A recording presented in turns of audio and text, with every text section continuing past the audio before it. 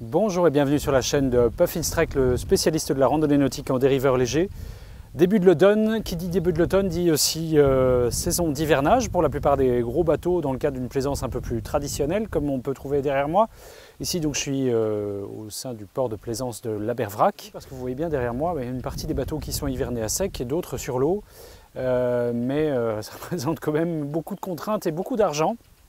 Et donc c'est un des aspects, notamment pour l'aspect financier, mais aussi pour la simplicité et pour l'aspect écologique, qu'on souhaite défendre avec Puffinstrike. C'est une plaisance beaucoup plus simple, beaucoup plus légère, et surtout que vous pouvez pratiquer, même si vous n'avez pas un gros niveau, vous pouvez pratiquer toute l'année, et voilà, vous n'avez pas cette contrainte de manutention, vous faites tout par vous-même, vous n'êtes pas obligé de faire appel à un professionnel, pas à une grue. Et vous pouvez également partir n'importe quand dans la saison. Là, vous voyez bien, les bateaux sont stockés, ils ne bougeront plus avant le printemps prochain, alors que par une journée pareille, on est ici à la fin du mois d'octobre. Demain d'ailleurs, je m'apprête à sortir des dériveurs de rando pour faire une jolie balade. Voilà, donc on sort d'un plan sur la plaisance à l'ancienne, plus traditionnelle, celle qu'on a beaucoup développée ces 60 dernières années en France. Puffinstrike, vous l'avez compris, vous êtes en train de le comprendre.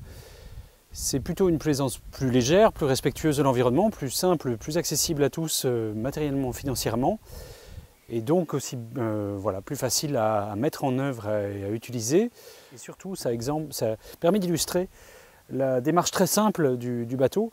Vous voyez ici, il est stocké, il peut y rester tout l'hiver si on veut, mais en quelques minutes, il peut également partir dans l'eau avec la cale qui se situe juste là derrière. Donc il a juste un taux à enlever, le mât est déjà en place.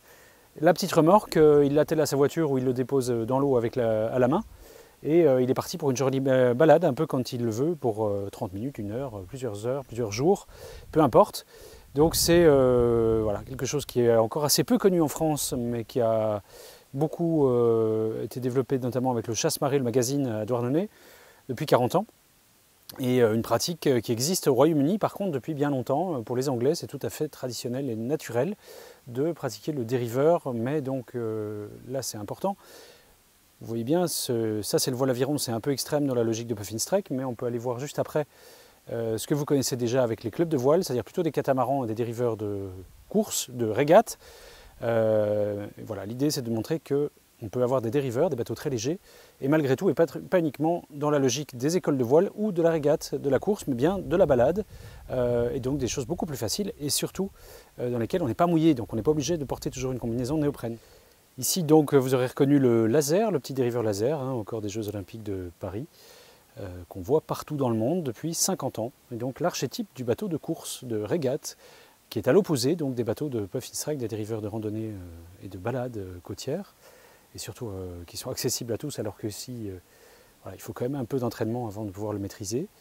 Et donc, ce qui est intéressant d'être à côté de ce bateau, c'est de, justement, vous puissiez vous rendre compte des différences. On parle toujours des dériveurs légers, mais qui n'ont pas du tout le même programme. Ici, c'est vraiment de la course, l'apprentissage de la course.